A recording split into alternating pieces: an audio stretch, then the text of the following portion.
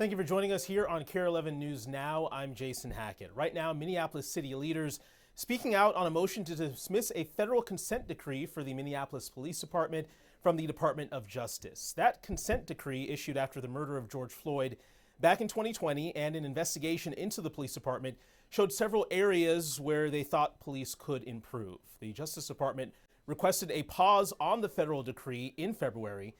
Just this week, MPD says they were happy with the progress of a state consent decree, keeping an eye on reforms within the departments. Let's go out live to hear now from leadership.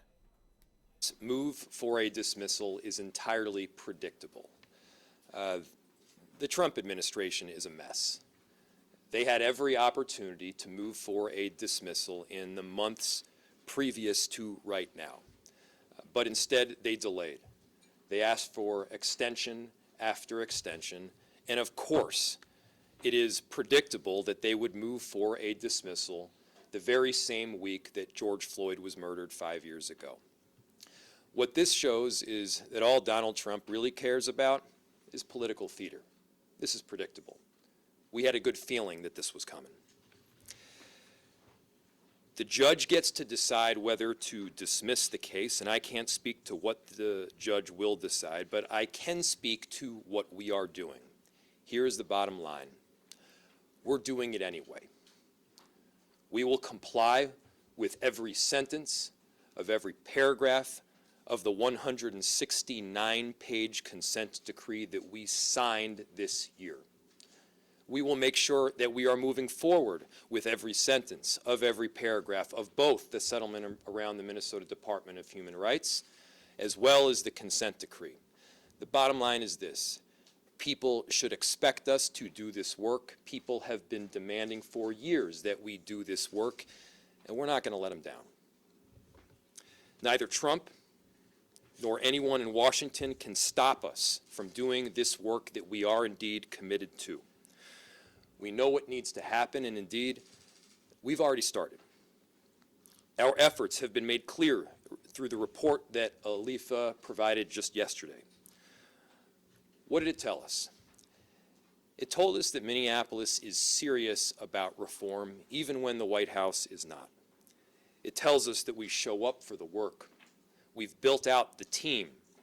We're making the necessary investments, and we're going to hold every person in our city accountable to carrying out the mission that we all have committed to. It also tells you that the court-ordered agreements actually help our officers, making sure that our officers have the necessary wellness and care, the ability to recalibrate during calls, and it's a broad recognition of the trauma and difficulty that they go through on a daily basis in furtherance of this honorable profession of keeping the people of this city safe. It helps them, and we're going to stand by them in making these necessary reforms and in keeping our city safe. Here in Minneapolis, crime is down. Here in Minneapolis, recruitment is up. And here in Minneapolis, we are also going to carry out these important reforms that we've committed to from day one. We've already been doing the work to implement this consent decree. We're clearing the backlog of police misconduct cases, and we've changed our disciplinary matrix. We're rolling out new use of force policies. We're deepening our community engagement. We're investing in violence prevention, and we're expanding our mental health response work. We will ask Alifa, our independent evaluator, under the state settlement agreement to oversee this new set of reforms just as we have planned. The bottom line, again, is we're doing it anyway. Alifa brings deep experience in police reform, and they're helping to ensure our work is transparent, that it is accountable, and that it's community-centered. And I also want you to look around this room. Look at the people who are up here with me. This is a team that we have brought to the city. It is a team that is entirely committed to doing this work. These are individuals that have not been hired on contingent on a White House being on board. This is an incredible team that we have brought because we plan on carrying it out and getting the job done for the sake of the people in this city. The whole idea is not just policy changes on a piece of paper. It's the policy change. It's making sure our officers know what the work looks like and what they're supposed to do. It's ensuring that they are trained in on how to comply. It's holding them accountable when they don't. It's lifting them up when they do. And it's making sure that every interaction that every person has on the street is in recognition of the changes that we are trying to make. In other words, they're treated with respect and dignity, even during the toughest of situations. So I've said it before and I'll say it again. The work is not just about what's on the paper. It's about the work that is carried out in every street for every person in our city. We made a promise to the people of the city of Minneapolis, and we're going to keep it. I'll pass it to Chief O'Hara.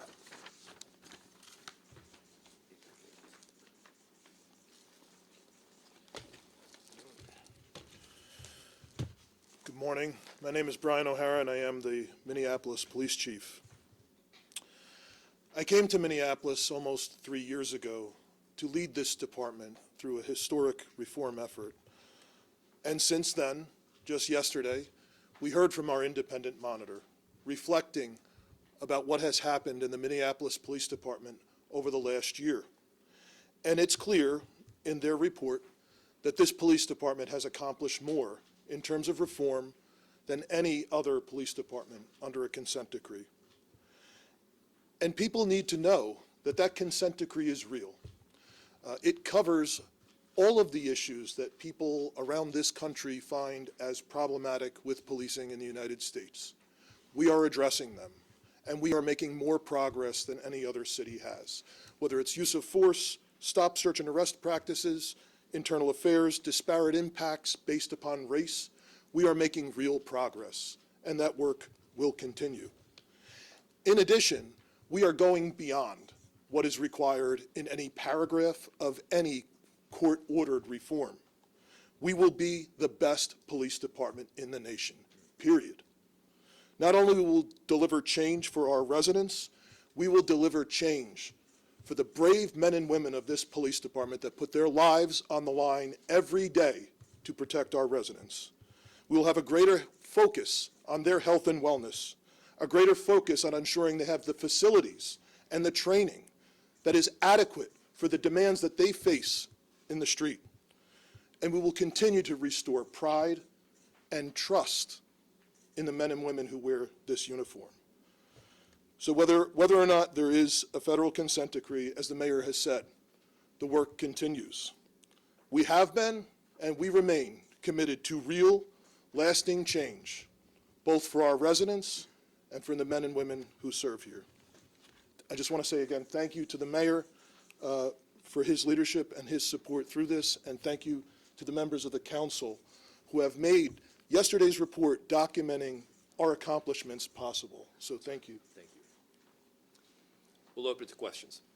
I have a question for the chief. Do you have any concerns that this sends a message to your officers that the reforms that you're implementing here aren't that big a deal, and it might make it more difficult for you to push through that culture change that you've been talking about? So Matt's question was, does this send a message that the reforms are not important?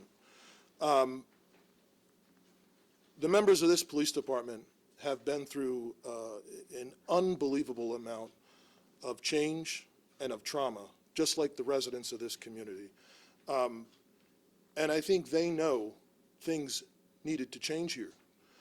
And I think by and large today, the men and women who remain here are deeply committed to getting this right.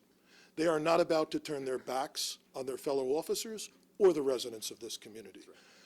So while there is often a lot of uncertainty because they don't know what all of this means, I need them to know that I care deeply about them, and I will have their backs and ensure that they are able to be safe and they will be prepared to do their job and provide the excellent police service this city needs. I'll just add, if these police officers weren't committed to change, they could have jumped ship at any time over the last several years. But rather, they've stayed. We've doubled down. They're doing the trainings. They're having a deeper understanding of the policies that we're expecting of them. And we've talked to all of the new recruits, the laterals, the CSOs that are coming in. They want to get in on the ground level because they recognize that something special and important is happening in Minneapolis. They want to be part of this change. They want to be part of the example for so many other cities to follow. Will the city oppose the DOJ's motion to withdraw in court? We will be responding to the motion for a dismissal today. And so I don't want to move forward with giving you the exact language right now before the actual motion has been filed. You guys both mentioned that you're going to follow this federal consent decree sentence by sentence, whether it's actually in place or not. What are some specifics in that federal consent decree that may have not been in the state consent decree? Well, I hesitate to call any one individual paragraph out. There's obviously a lot of overlap between the Minnesota Department of Human Rights Settlement Agreement and the consent decree. There are some pieces that go beyond what state law allows for in the federal consent decree, including First Amendment issues. So First Amendment would be one example that would be in the consent decree that was not in the settlement agreement. And the bottom line is we're doing all of it. The chief mentioned we're also not limiting ourselves to the changes that are on those pieces of paper. We're invested in this work. The people of our city are invested in this work. We're not messing around when it comes to this culture shift and the reforms that we all need to see and that are long overdue. I know you said, obviously, the sentiment here today is we're going to operate as this were in effect. I know there's some skepticism given the lack of enforcement. I guess what assurances can you offer that you'll follow through with the added reforms in the federal consent decree, given it's not officially enforced? So, number of assurances. First, we negotiated the document. We spent countless hours to figure out both how to get this done from a legal perspective, but also get it done from a practical one. We've invested in trainings. We've hired out staff. We've spent tens of millions of dollars, not just to talk about doing this, but to actually get it right, culminating with my signature on a piece of paper. But we're going to go even further than that. We are asking ALIFA, which is the independent monitor, to make sure that we are held to the standards that we're talking about right now. Yesterday, you saw a report. That report talked about the good work that we're doing. It talked about the fact that we are making more progress than virtually any other city under a consent decree in the United States. And it also had some areas where we didn't meet the mark and where we can improve. And what you're going to see going forward, what we would like to see from ALIFA is holding the work up transparently. And I'll tell you now, there will be areas where we hit the mark and we do so on time. There will be other areas where we don't. We're going to do everything possible to succeed, but the most important thing here is that people trust the work that is happening and they trust the outcomes. And that means that when we don't hit the mark, we admit it. And it's not just going to be us admitting it. It's going to be an independent monitor that is evaluating objectively whether those marks have been hit. So yesterday's report was regarding the settlement agreement, and then I guess I'm just wondering where do things stand when you compare that with the consent decree, and would you say it's a similar amount of work that's been done or more work that is at stake here with this consent decree compared to that? I can't give, so the question was, would I say that there's been more work that has been done under the consent decree or the Minnesota Department of Human Rights Settlement Agreement? I don't know that I can give you a percentage of the work, and I'm looking to others that may be able to answer this better than I can, but the bottom line is that there's a lot of overlap. I mean, both agreements want to see shifts in how use of force are conducted. Both agreements want to see shifts in how police stops are conducted. Both agreements want to see a whole lot of data collected and compliance in check. Both agreements want to see trainings. And so much of this work is in both agreements. Chief. So just to add to the mayor's comments, Louis, there in that report, it does talk about some things that they are monitoring, that we are doing, that are not actually in the settlement agreement. They are parts of the federal consent decree that have already been included because we're covering those same topics. So some of that is included already. Chief O'Hara, based on your experience in New Jersey, if you had to guess how long this process is going to take, how many years do you think we're looking at before the department feels confident that it no longer needs to be monitored or under a court overseeing consent decree? So Ernesto's question was, how many years do we think until we won't have to be monitored? I know, for example, in Newark, it's been 11 years now. And in many cities, it's been at least 10 years, in some cases 20. But I think there's been a lot of effort over the last few years to have these reforms implemented much faster. And so I think we will see a much faster implementation here in this city. And I think the initial report yesterday reflects that. However, policy implementation is difficult, and there are challenges around data collection and analysis that are necessary in order to demonstrate the compliance, to prove in court that we have appropriately implemented things. So I think it's very, very difficult to say, but I would argue we are already on pace to do things much faster than other cities have. However, we do have, two different sets of requirements now, essentially, that other cities have. If I could follow up, how has the union responded to the consent decree?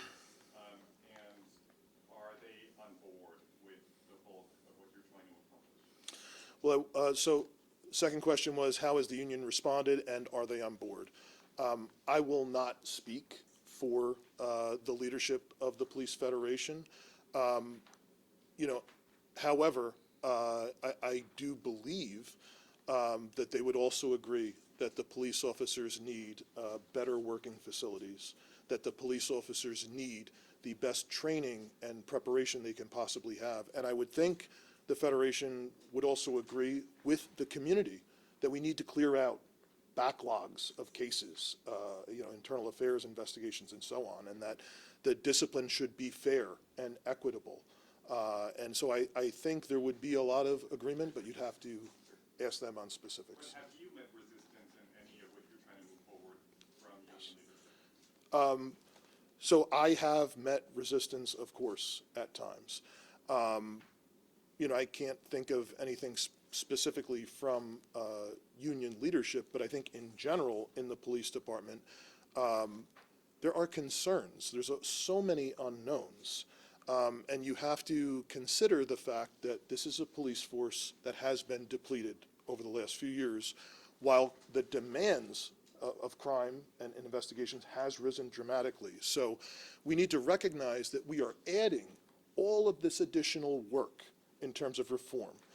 And that's new work that didn't exist before at a time when staffing is low and the demands are so much greater. So I think as time goes on, as officers are able to see the results more of investments in them, and hopefully more and more fairness in terms of how they are treated internally, I am hopeful that there will be increasing buy-in, because I think that's what's happened in other places. I have a question for Council President Van.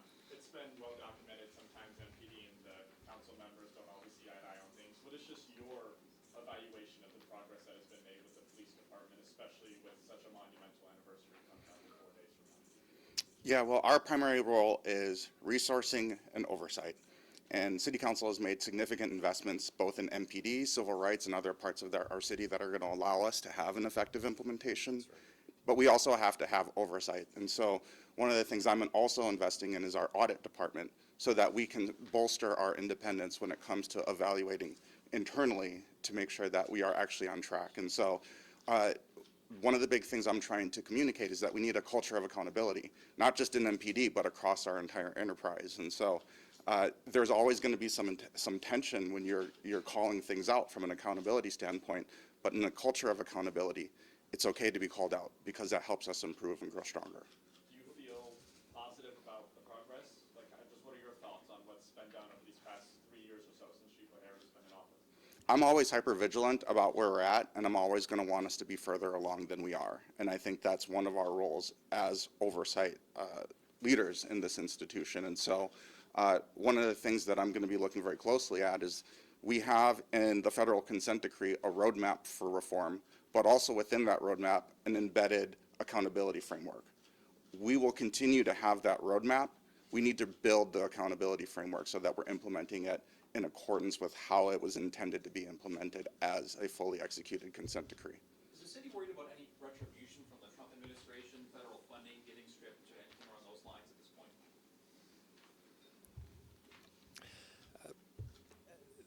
I can't predict exactly what sort of threats the Trump administration is going to make, but what's been made very clear is they don't even know what the threats that they're going to make are going to be.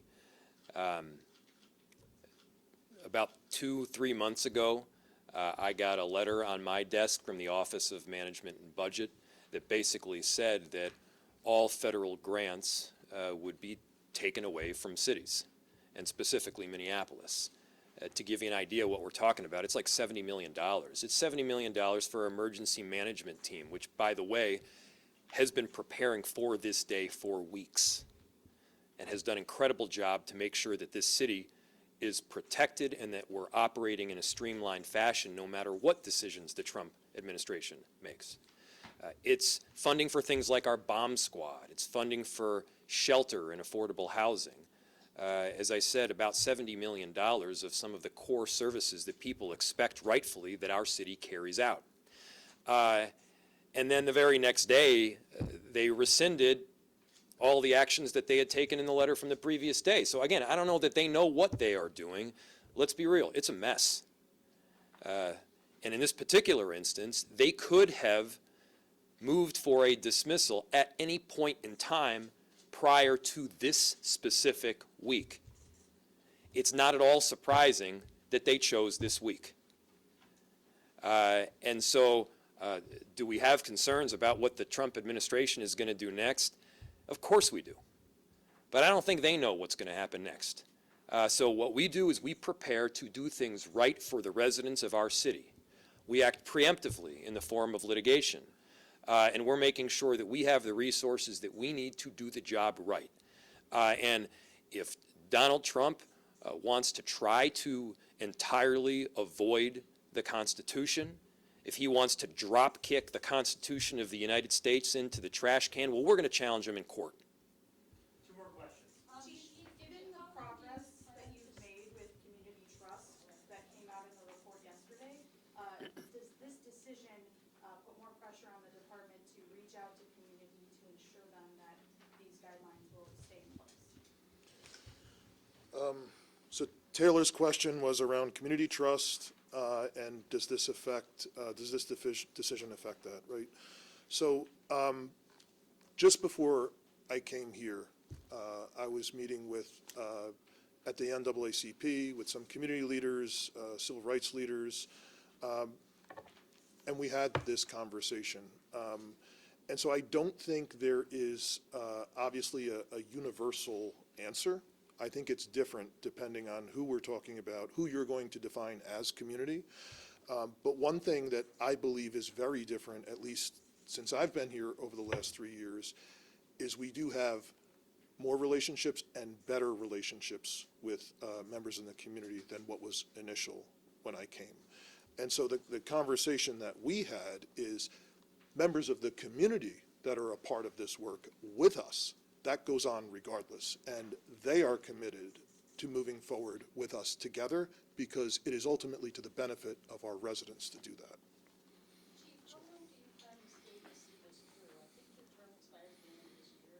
Will you be seeking another term? Will the mayor go for another term? So Dina's question is, how long am I planning to stay? And obviously, I am at will. The mayor has appointed me, and the term does expire at the end of the year. So if our mayor is reelected, I would expect he would want me to stay.